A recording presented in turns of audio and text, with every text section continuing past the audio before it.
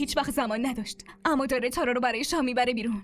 اینا همش توی تقدیر تو بود زرین، اما زبون درازی و صبور نبودنت اینا رو نصیب اون کرده. بیخیال مامان، هرچی توی تقدیر آدم باشه اون هیچ جا نمیره. توی دل فرهان از اولم برای اون یه حسی بود. اینطور حرفای بیجا و بیهوده نزن زرین. دختر آخه تو چرا میخوای زندگی تو با دست خودت نابود کنی؟ بعد از این همه اتفاق هنوزم داری اونجا زندگی میکنی. تو زن اونی.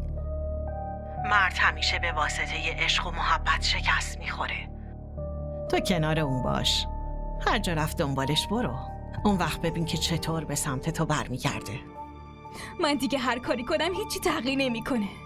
تو یه بار به حرف من گوش بده، یه بار دیگه به پیوند ازدواجت شانس بده. هرچی من میگم همون کارو بکن دخترم.